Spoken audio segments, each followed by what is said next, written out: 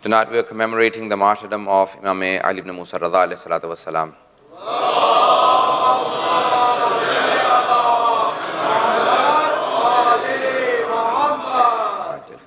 And when asked, he said the biggest signs of the Imam of your time or any Imam is the knowledge that he possesses from Allah subhanahu wa ta'ala and the dua that he makes to Allah subhanahu wa ta'ala. He should never ever say that I don't know, because he is not a man made, he is God appointed Imam. The one who is appointed by Allah subhanahu wa ta'ala should not lack in knowledge, and therefore one of the biggest signs of the Imam is that he knows whatever people ask him. And the ratio of knowledge will be 2 to 27 when the Imam al-Islam comes, when the 12th Imam al-Islam comes. So therefore we will recognize our Imam through the knowledge that he possesses. The 8th Imam al-Islam is known to be Alim Ali Muhammad. Allahumma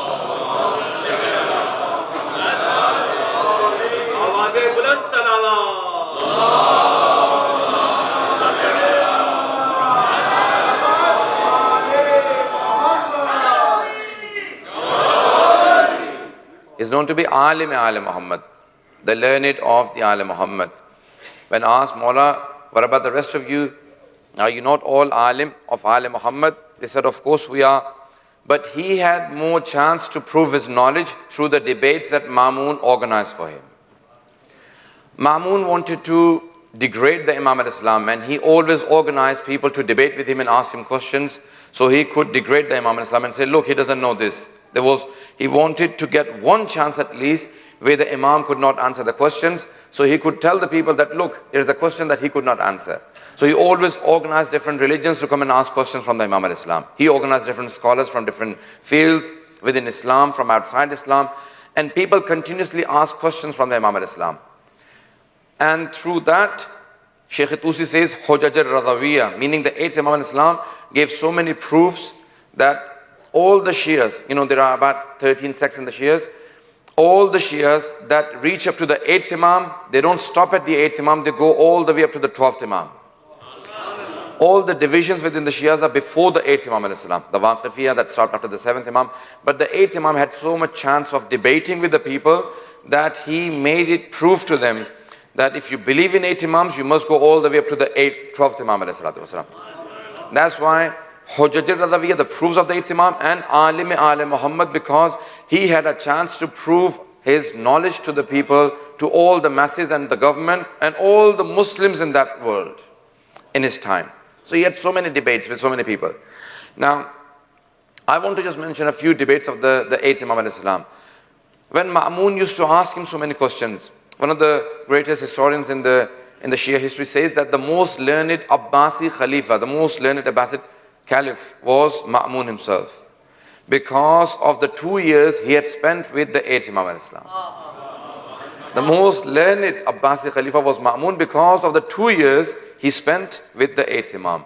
During those 2 years he had learned so much, and yet he still poisoned the 8th Imam. So he was a murderer of an Imam.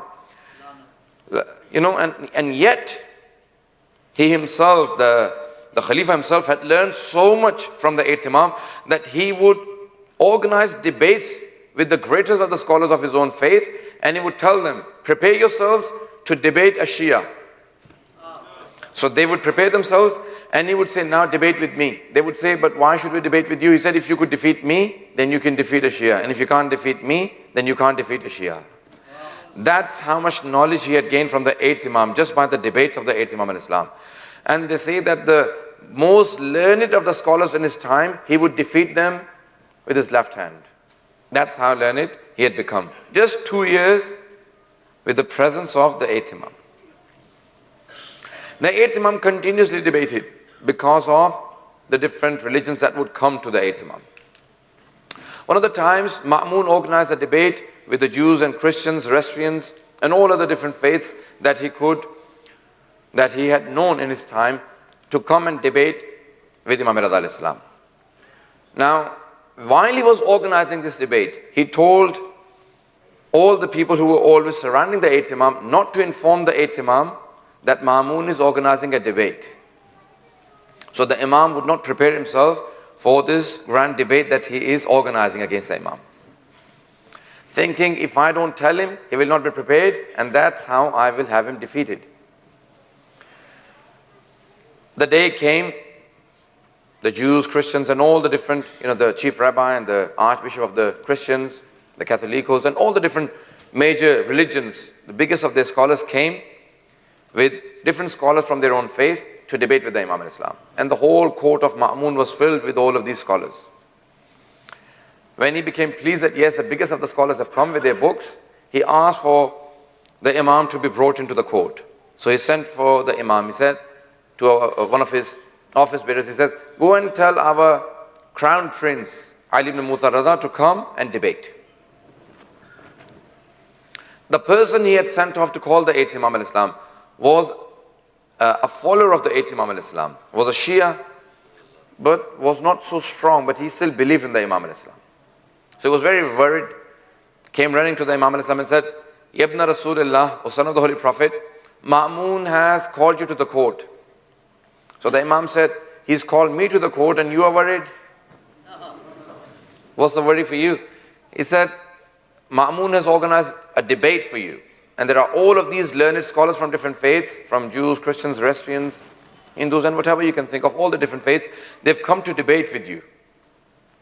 The Imam said, are you unsure of my knowledge? He said, no, Mawla, I'm not unsure about your knowledge. He said, then why are you so worried about this debate that I'm going to be having? He said, Mawla, I don't doubt your knowledge, but these people who always go into debates, they will twist around the things so much so that they will try and confuse you to get wrong answers from you. He said, listen to me. When I answer all of these scholars in their own language, from their own books, then the person worth seeing will be Ma'mun himself and not me.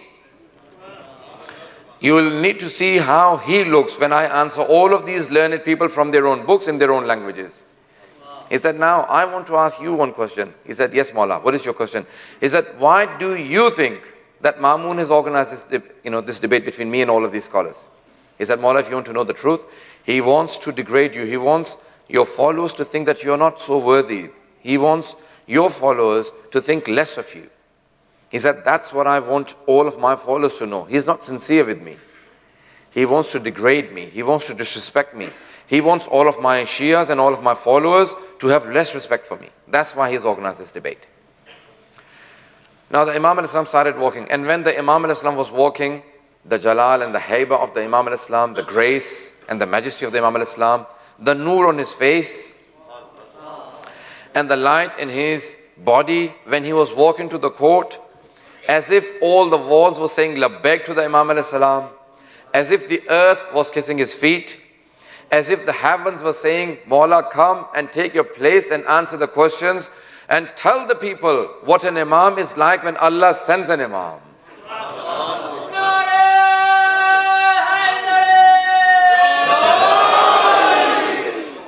The Imam al-Islam walked into the court and he would always sit on a pulpit, on a mimbar, and never on a throne. So he sat down on the mimbar, the Imam sat down, and Ma'mun said to the Imam, he said, Yabna Rasulullah, O son of the Holy Prophet, some of these people have come to ask you some questions. Not that I have invited them to debate with you. He said, some of these people have some questions they want to ask you. I hope you don't mind. They're in large numbers. The Imam al-Islam sat down smiling. He said, fine. Do you all wish for me to start your debate? Do you wish me to ask the questions, or do all of you want to start asking me questions? So all of those people said, is that how confident he is of his own knowledge? That he says, you can ask me a question or I can ask you a question. So they said, Yabna Rasulullah, son of the Holy Prophet, we are so many in numbers. And we wish you to start asking us questions. So he said, okay, I'll start with the Christians. So he turned to the Christians because they had a problem with Tawheed and others as well. But here, the Christians believe in Trinity. Tathlis. They believe in Hazrat Isa to be the son of God.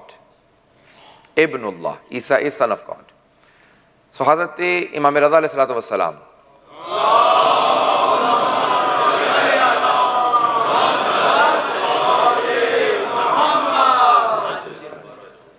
he turned towards the Catholicos, the Archbishop or the Pope or whoever they had called him at the time. Catholicos, as they've mentioned. Usquf-i-Azam, the Archbishop. So he turned to him and he said, I believe in Jesus. I believe in Hazrat Isa alayhi salam. He was a prophet. Allah subhanahu wa ta'ala sent him as a messenger. He was a servant of Allah subhanahu wa ta'ala. Servant, not son. So he was a servant of Allah subhanahu wa ta'ala. Allah sent him with great message. Allah gave him a book. Allah gave him a lot of powers. But one thing Hazrat Isa was short of, he was weak in performing his namaz and roza, his prayers and his fasting.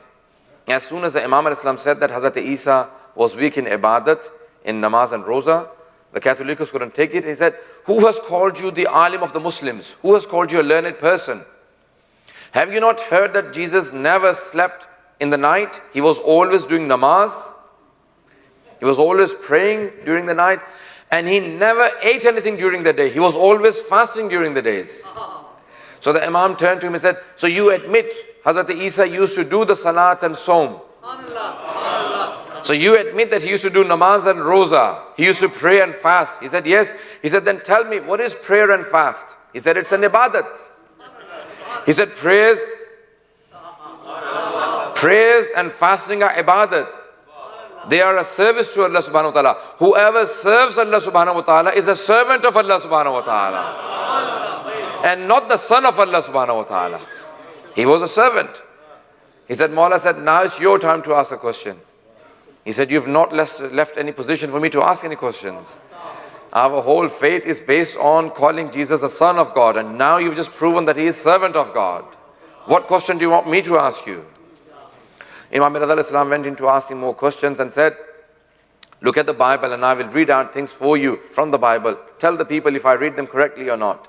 The Imam al-Islam read some parts. He said, I promise to you all that this man reads the Bible better than we the Christians read it. And the Imam al-Islam turned towards the Jews, the chief rabbi, Rasul Jalut, and he said, why is it that the Jews believe in all the prophets before Hazrat Moses, but not the prophets after Moses? They don't believe in Jesus, they don't believe in the Holy Prophet of Islam, Hazrat Muhammad Mustafa sallallahu alaihi wasallam.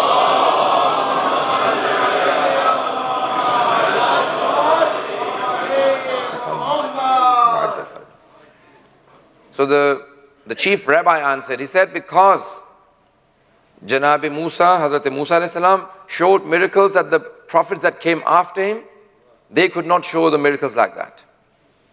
He said, like what?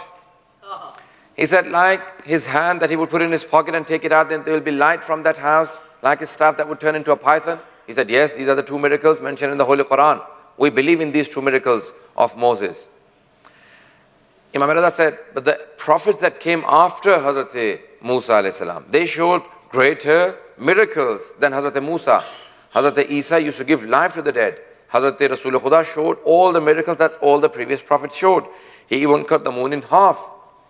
He said, yes, but these people, that mention these miracles about other prophets, we have not seen these miracles ourselves. We have not seen the miracle of Hazrat Isa and Hazrat Muhammad.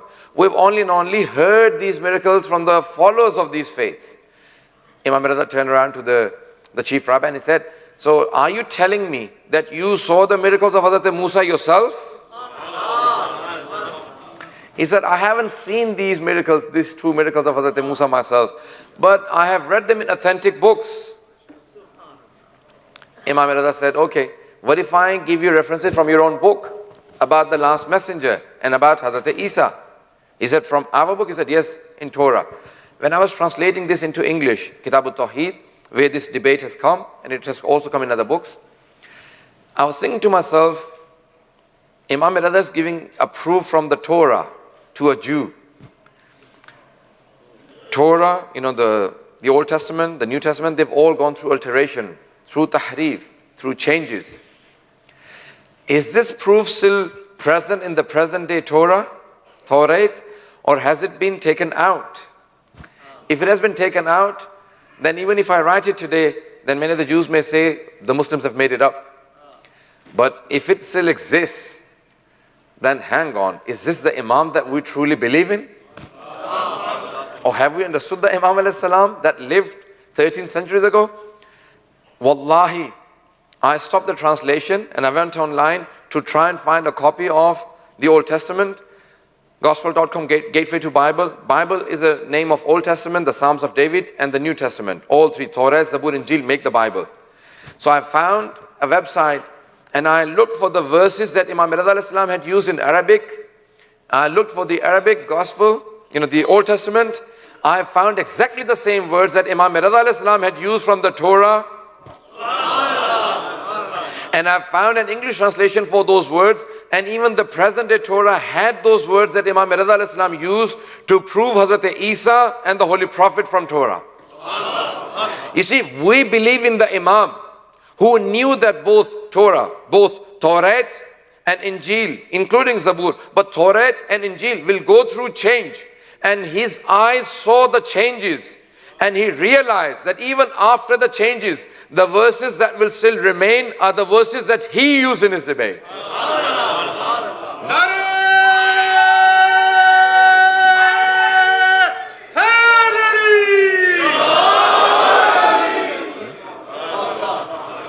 The Imam used the verses that he knew that even after going through change, these verses will remain in the Torah and they will remain in the Injil. So I looked at those verses and I'll give you the translation. He said, Imam al-Islam asked, he said, Allah subhanahu wa ta'ala has said in Torah, وَتَجَلَّ رَبُّكَ, these are the verses that he used, and your Lord showed his manifestation. Ala Tur Sina, on Mount Sinai. He says, who did he give his manifestation to on Mount Sinai? So the chief rabbi answered, he said, this was for Moses, for Hazrat Musa alayhi salam. He said, fine. And he said, in the same book, in the same Torah, in the next verse it says, وَتَجَلَّ رَبُّكَ عَلَى جَبَلِ السَّعِيرِ, and your Lord showed his manifestation on Mount Sire. That was the translation for Jabal Sa'ir in English, on Mount Sire. He said, who did Allah send his wahi and his manifestation on Mount Sire? He said, we don't know. He said, I'll tell you, there is only one prophet that claims that wahi came to him on Mount Sire, and that is Jesus, Hazrat Isa alayhi salam. He said in the next verse, Allah subhanahu wa ta'ala says, وَتَجَلَّ رَبُّكَ عَلَى جَبَلِ Faran, on Mount Paran. In English, this is called Jabal Faran, Mount Paran. He said Mount Paran is a chain of mountains in Mecca. Amongst one of those mountains, there is a mountain in which there is Ghar Hira. And there is one man who claimed that the wahi of Allah subhanahu wa ta'ala came to him in Mount Hira. On Mount Paran in Ghar Hira, in the cave of Hira, and that is Muhammad sallallahu alayhi wa sallam.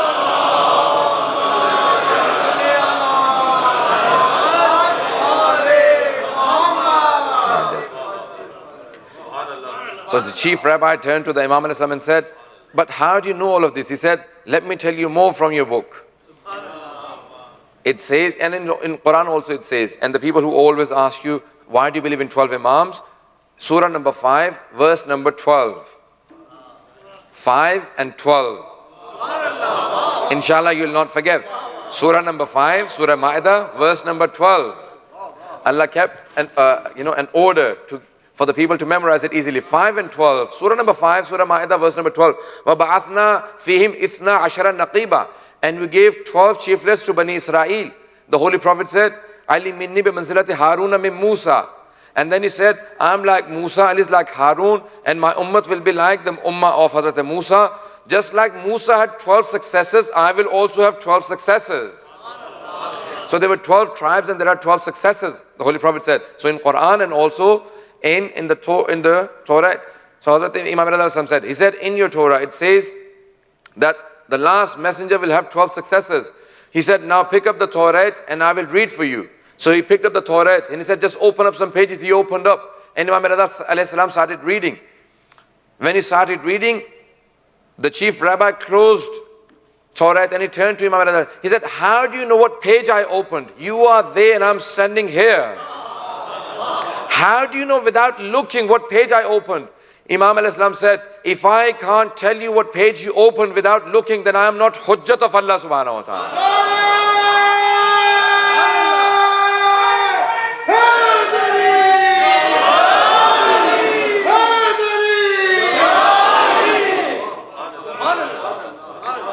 he looked and he said, how do you know all of these things from Torah? He said, these 12 successes that you're reading about, if you want me to show you any one of the miracles that Moses or Jesus showed, I will show you those miracles. He said, but how do you know all of these things? How can you do that? He said, those 12 successes of the Holy Prophet, the last messenger, his 12 successes, I'm the 8th one of those 12. He turned around and said, oh people, I bear witness, if there is a proof of God on earth, if there is a hujjat of Allah subhanahu wa ta'ala on earth, then I bear witness that this Ali ibn Musa Radha is the hujjat of Allah subhanahu wa ta'ala. Allahumma salli ala. Can we have a better salawat, please?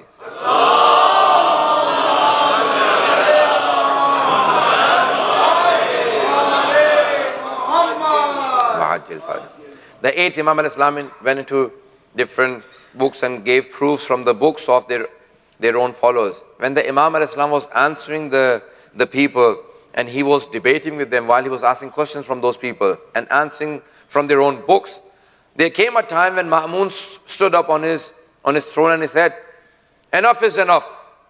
You're asking too many questions from my crown prince. I will not take it anymore and I'm leaving. The Imam smiled and he looked at the people and he looked at his own Shias and he said, see, I told you, Ma'mun's face will be worth seeing.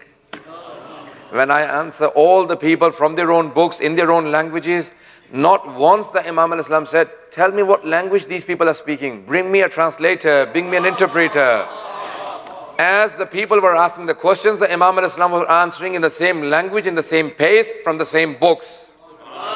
These are the Imams alayhimus salam that we the Shias believe in.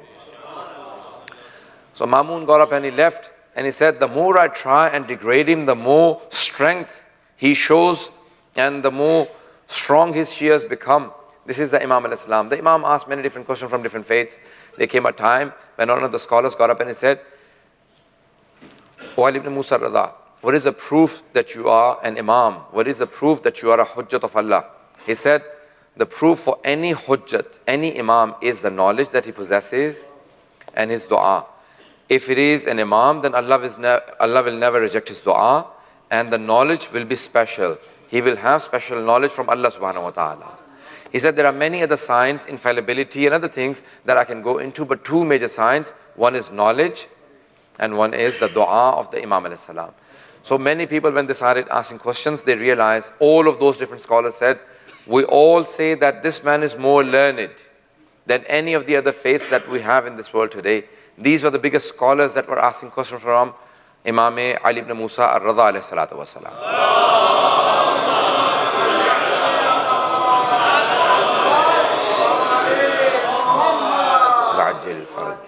One of the questions that Hazrat Jafar Murtada Amili has posed in his book Al-Hayat al-Siyasi lil-Imam Radha alayhi salam, the political life of Imam Radha, he says, why did Imam alayhi salam accept to be the crown prince for Ma'mun? He said Imam did not accept it. Ma'mun imposed it on him. Because when he asked, I want you to be my crown prince, the Imam said, I refuse. He said, but I am telling you, you have to be my crown prince. Imam said, if you're asking me, then I'm refusing. But if you're imposing it on me, then decide whatever you like. It is your decision, not mine. If you're asking me, then I refuse to be your crown prince. So Jafar Murtada Amili answers, he says, on the way to Khurasan, the Imam had stopped in Nishapur, and in Nishapur, he gave the famous hadith Silsilatul Dhahab, when he had said, Kalimatu la ilaha illallah hisni, faman dakhala hisni amina min adhabi. Allah subhanahu wa ta'ala says that La ilaha illallah is my fort, whoever enters my fort is safe from my wrath. And as soon as the Imam al-Islam said this and his camel moved off, the Imam stopped and said, Bishara'itiha wa ana min shurutiha. And I'm one of the conditions of La ilaha illallah. Adla Jafar Murtada Amili says, he says, here the Imam al-Islam is telling the people, look, I am one of the conditions of Tawheed of Allah subhanahu wa ta'ala. And I'm in shurut se la ilaha illallah. I am one of the conditions of, if you don't accept me, then you have rejected the Tawheed, because I am not telling you to believe in me. Allah has appointed me as his hujjat. So if you reject me, you have rejected Allah's command. So the Imam al-Islam was saying that he is one of the conditions of the Tawheed of Allah subhanahu wa ta'ala. But the message that Imam al-Islam is giving, that I'm one of the conditions of Tawheed. If he is the condition of Tawheed, then what about the crown prince being a crown prince for Ma'mun? How can he be the crown prince of a king or a Khalifa who is not even infallible, while the Imam al-Islam is infallible Imam, Hujjat of Allah subhanahu wa ta'ala. So he said he had already put it in the minds of the people that forget the crown prince. Forget this title that he's trying to give me of being his crown prince. One of the conditions that the Imam al-Islam had placed, he said, okay, I accept with one condition, I will not give any ruling. So Ma'mun said, I accept. You see, if all of you said, we want you to be our judge, and I say, I will not give any ruling, but I will be the judge. So when tomorrow you come up to me and say, okay, give a ruling, I say, I decided not to give any rulings. So what kind of a judge are you if you're not going to be giving any rulings? The Imam said, I will not give any ruling, I will not give any command whatsoever. And yet, he is the crown prince. So when tomorrow a person was brought to the court of Ma'mun, who had stolen something, was a thief. When he was brought to the court of Ma'mun, Ma'mun said, have you really stolen something? He said, yes, I'm a thief. He said, do you know that if you confess to your crime, your hand will be cut? He said, yes, but who will cut my hand? Who will give the ruling for my hand to be cut? You, O Ma'mun? You're not a judge, you're not a Khalifa. Your father used Baytul Mal to buy a slave girl. That was your mother. So you're not a ruler, you belong to all of the Ummah. He said, how dare you disrespect me like that? He said, Ibn Rasulullah, son of the Holy Prophet, you give a ruling. He said, hang on, I placed the condition in the beginning, I will not give any rulings. He said, but today you have to give a ruling because he's disrespecting me. He is being disrespectful to me. The Imam al-Islam said, don't ask me for any rulings. He said, no, you have to say who is right and who is wrong. The Imam al-Islam said, if you want to really know the truth, then he is right and you are wrong. That was a point when he turned around and said, this is the day when he decided that he wants to kill the Imam al-Islam. Because he had tried everything to degrade the Imam al-Islam. He tried everything to have the Shias lose their respect for their Imam. And the more he wanted to degrade the Imam al-Islam, the more respect that the Shias were having for their Imam. So this time, he said, let's think of a plan where I can kill this person or I can finish the Shias from respecting him. The Imam al-Islam had been in Khurasan for over 2 years now. And for more than a year, there was a drought in Khurasan. Before I go on to speaking just a few words in Urdu for the Masahib, just last 5 minutes in English. Ma'mun tried everything. And because of that drought, he said, I will make Imam Rada make a dua. So he called all of the people who were experts in predicting if there will be rain this year or not. Just like you have experts of weather today. So he called in a few experts and they came in. When they came in, he said, do you think there will be rain this year? They all said, no, there will be no rain this year. It will be another dry season. He said, make sure you predict right. He said, no, we are sure, we're all sure that there will be no rain this year. So he called in all the different experts. He said, what do you all predict? There will be rain this year or not? So they all said, no, this year it will be another dry year. Ma'mun was really happy and he said, now tell Imam Rada. He obviously didn't say Imam Rada. He said, now tell Ali ibn Musa Rada to go and do namaz-e-istisqa, the prayer for rain. A few people came to the Imam al-Islam and said, Ibn Rasulullah, Ma'mun has asked you to lead the prayer for istisqa. He said, my grandfather, the Holy Prophet, and my grandfather, the Imam, the first Imam, they both used to do 3 days of fasting and then they would do namaz-e-istisqa. During these 3 days, you have a chance of telling all the people in Khurasan that I will be leading namaz-e-istisqa. So Ma'mun became really pleased. He said, this is my best chance. I will bring in all the Shias and all the Muslims to come and see Imam Rada being disrespected and degraded because his dua will not be accepted because there will be no rain this year. So he started announcing to all the people in Khurasan. He said, tell the people to go and announce that there will be a namaz in 3 days' time that Ali ibn Musa radhiyallahu anhu will be leading. Imam told all of his Shias, he said, fast for 3 days and I will lead the prayers. And tell all the women and children to also come. All the people started walking with the Imam. Imam started walking without his shoes. He opened up his amama and he turned around his abba upside down. He said, tell all the people to show as much modesty before Allah subhanahu wa ta'ala as possible. Put yourself down and be so respectful, and with tears walk into the plains where we will be praying in the open ground for the rain from Allah subhanahu wa ta'ala. Everyone started walking. The Imam, when he started walking out, he said, Allahu Akbar. As soon as he said Allahu Akbar, as if the heavens were saying Allahu Akbar, as if the mountains were saying Allahu Akbar, as if the trees and the entire universe were saying Allahu Akbar, as if the Imam, when he was speaking, there was labbaik from everywhere. The Imam al-Islam walked into the streets and the people started crying. The people who did not even believe in the Imam al-Islam, if they looked at him once, they said, we bear witness, this must be the Imam al-Islam.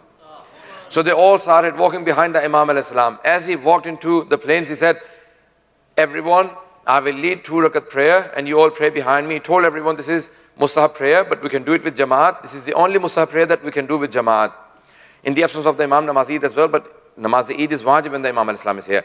So Imam al-Islam started 2 rakat namaz istisqa, and as soon as he finished, he stood up for a small talk. While he was talking, people started seeing the clouds approach. So the people wanted to run because the rain is going to come. They were outside the town. He said, all of you wait here. These clouds are not for you. They are going to the next town. The clouds that will come to you, they will come for your town. I will tell you beforehand. When I tell you to go, you go back to your houses. When you make it to your houses, that's when the rain will come.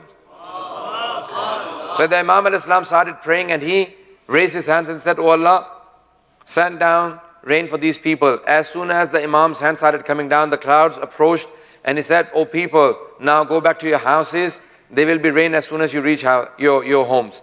So the people came back home. As soon as the people came back to the town, suddenly there was thunder and rain, and Ma'mun called in all the people who were experts in predicting if there was going to be rain or not.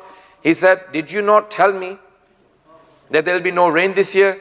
They said, we promise you, there were no signs of rain this year. It is the prayers of this man called Ali ibn Musa Radha that has brought this rain.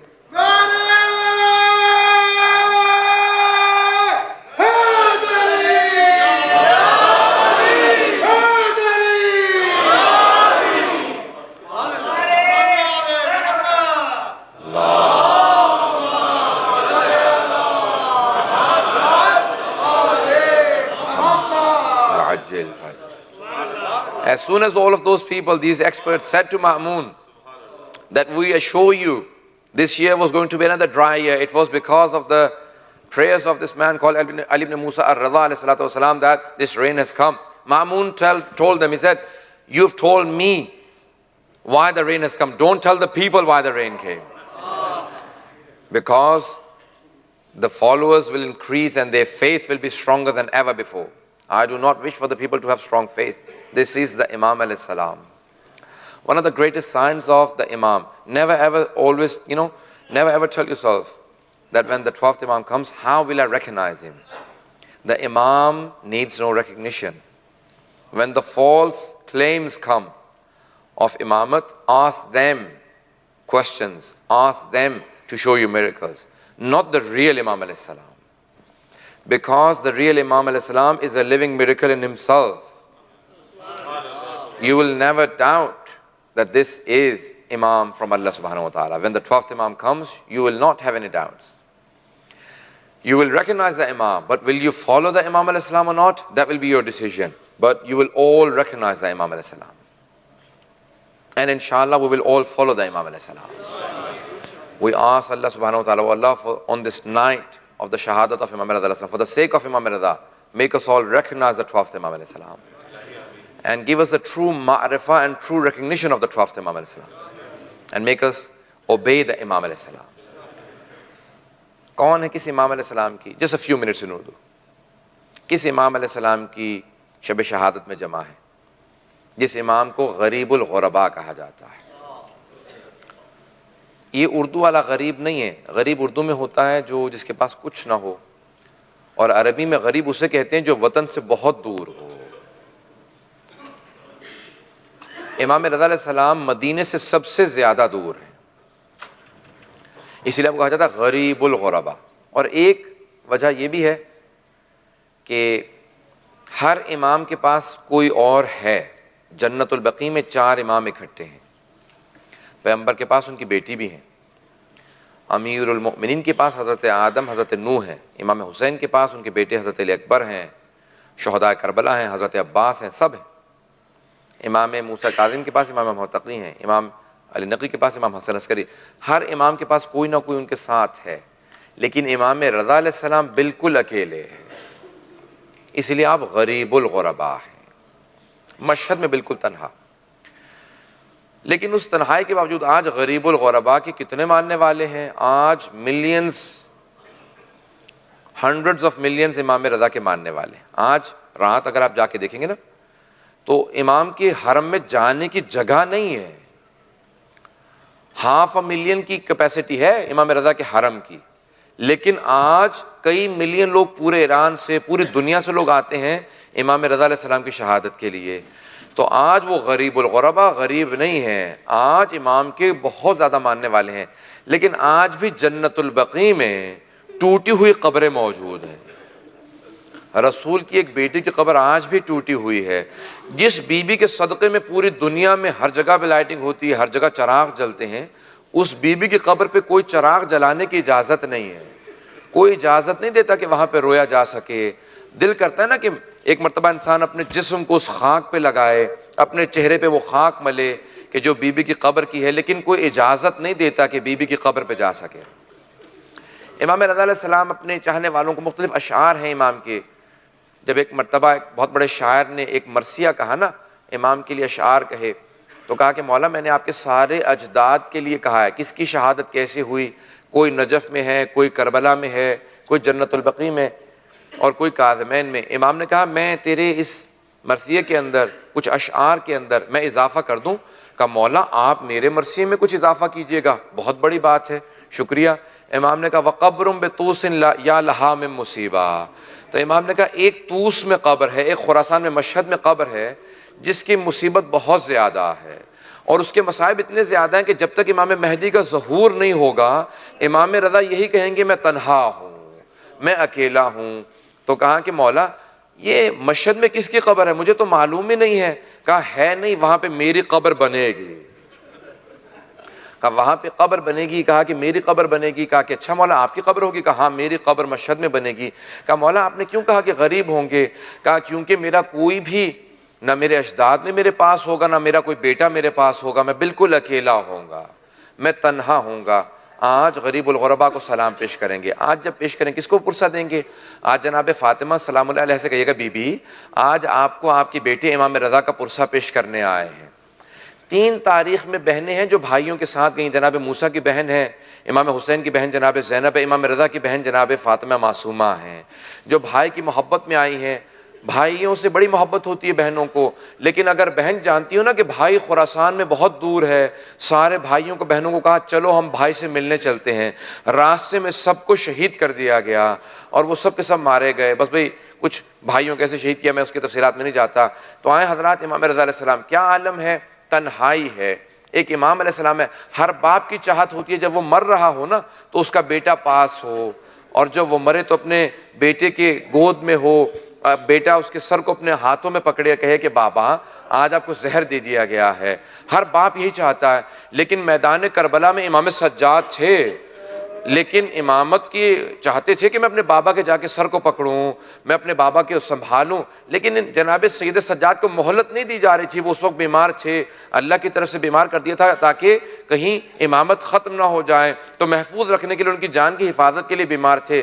لیکن روایت کے الفاظ ہیں کہ جناب سیدہ کی روح موجود تھی. بار بار بی بی اپنے دونوں ہاتھ امام حسین کی گردن پہ رکھتی تھی، کہتی تھی پروردگارا میں نے چکیاں پیس کے پالا تھا، پروردگارہ یہ کتنے خنجر مارے ہیں شمر نے، تو پروردگارہ کتنی مظلومیت ہے. بس بھی امام رضا کا بھی آخری وقت ہے، بار بار کہہ رہے ہیں اے خواجہ ابو سلط ہروی مجھے مامون نے بلایا ہے، مامون مجھے زہر دے دے گا، جب زہر دے گا نا اور میں اپنے چہرے پہ ایک رومال رکھ کے آؤں، میرے ہاتھ میں ایک رومال ہو، تو سمجھ جانا کہ مجھے زہر دے دیا گیا ہے۔ اس وقت مجھے بار بار قے ہوگی، مجھے بار بار میرا جو زہر دیا جائے گا، میرا جگر آئے گا، مجھے خون کی قے ہوگی، تو کہا اس وقت مجھ سے بات نہ کرنا، بس میرے لیے اہتمام کر دینا۔ اور خواجہ یاد رکھو میں امام ہوں، امام کو غسل و کفن ایک امام دیتا ہے، میرا بیٹا محمد تقی آئے گا۔ کہا مولا وہ مدینے میں ہے، کہا اللہ اس کو معجزے سے یہاں پہنچائے گا، کہا جب وہ آئے گا نا تو اسے میرے حجرے میں آنے دینا، وہی مجھے غسل و کفن دے گا، وہی مجھے ہنود دے گا، وہی میرا جنازہ پڑھائے گا۔ کہا خواجہ تم پرواہ نہ کرنا، کوئی غسل و کفن نہ کرنا۔ خواجہ ابا سلط ہروی کہتے ہیں تھوڑی دیر میں امام علیہ السلام آئے، جب امام علیہ السلام آئے نا تو ان کے چہرے پہ رومال تھا، میں سمجھ گیا امام کو زہر دے دیا گیا ہے، آنکھوں میں آنسو تھے۔ کہا مولا یہ آنسو کس بات سے ہیں؟ کہا خواجہ میرا بیٹا بہت دور ہے، میرا بیٹا بہت چھوٹا ہے، میرے بعد اس کو بڑے مصائب دیکھنے پڑیں گے۔ ایک جملہ یہاں پہ آپ کو کہوں، امام حسین بھی یہی سوچتے ہوں گے نا، میری ایک 4 برس کی بچی پہ کتنے ظلم ہوں گے، کتنے تماچے لگیں گے، کانوں سے بالیاں چھینی جائیں گی۔ آج رکم اللہ، بس بھئی جملے سن لیجیے، آخری جملے پیش کر رہا ہوں۔ اتنے میں امام رضا علیہ السلام کی شہادت ہو گئی، تسبیح و تحلیل کی آواز آ رہی تھی، امام تسبیح پڑھ رہے تھے، تسبیح کی آواز بند ہو گئی۔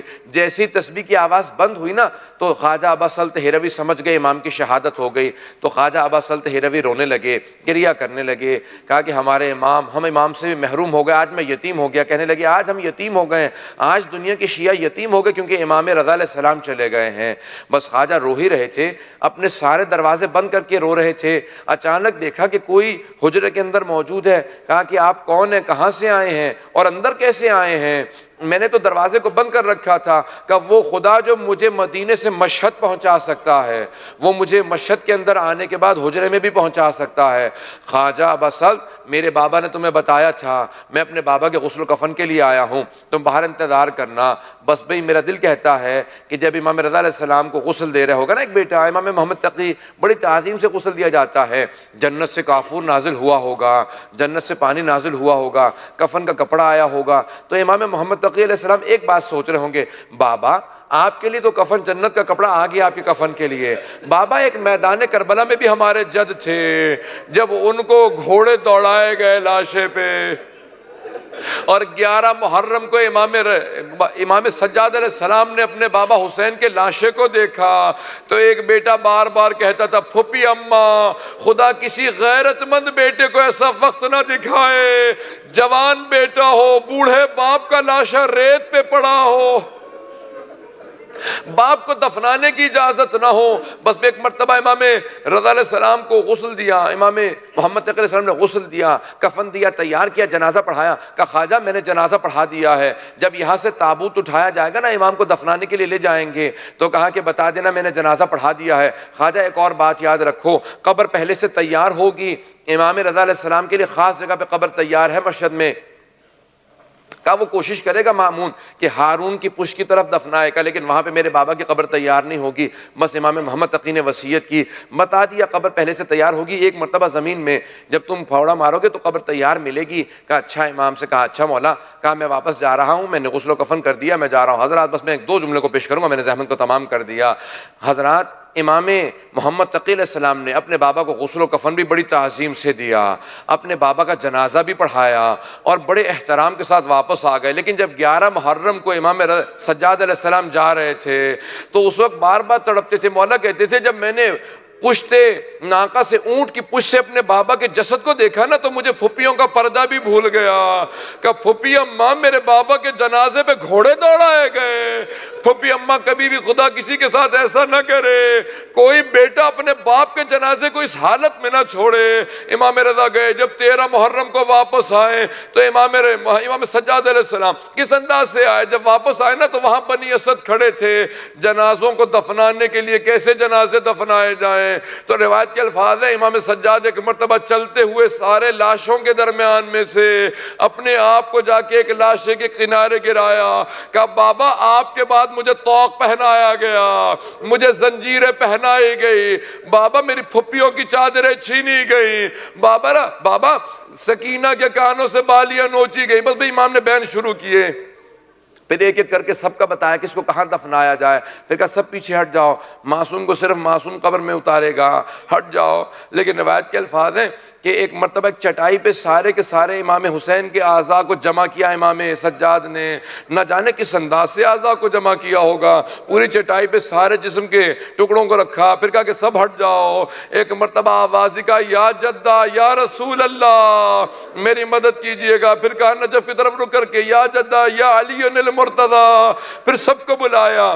بعض علماء کہتے ہیں کہ جب امام حسین کو دفنا رہے تھے نا تو کٹے ہوئے گلے کے نیچے رسول خدا نے ہاتھ رکھے تھے، ٹوٹی ہوئی پسلیوں کے نیچے علی مرتضی نے ہاتھ رکھے تھے، ٹانگوں کے نیچے امام حسن مجتبی نے. امام سجاد قبر میں اترے، کہا لائیے میرے بابا کا جنازہ دے دیجئے.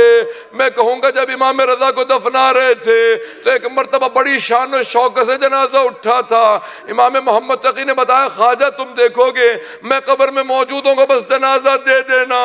میں کہوں گا اے امام محمد تقی نہ آپ کے ہاتھوں میں زنجیریں ہیں، نہ آپ کے گلے میں توق ہے، نہ آپ کو تازیانے مارے جا رہے ہیں.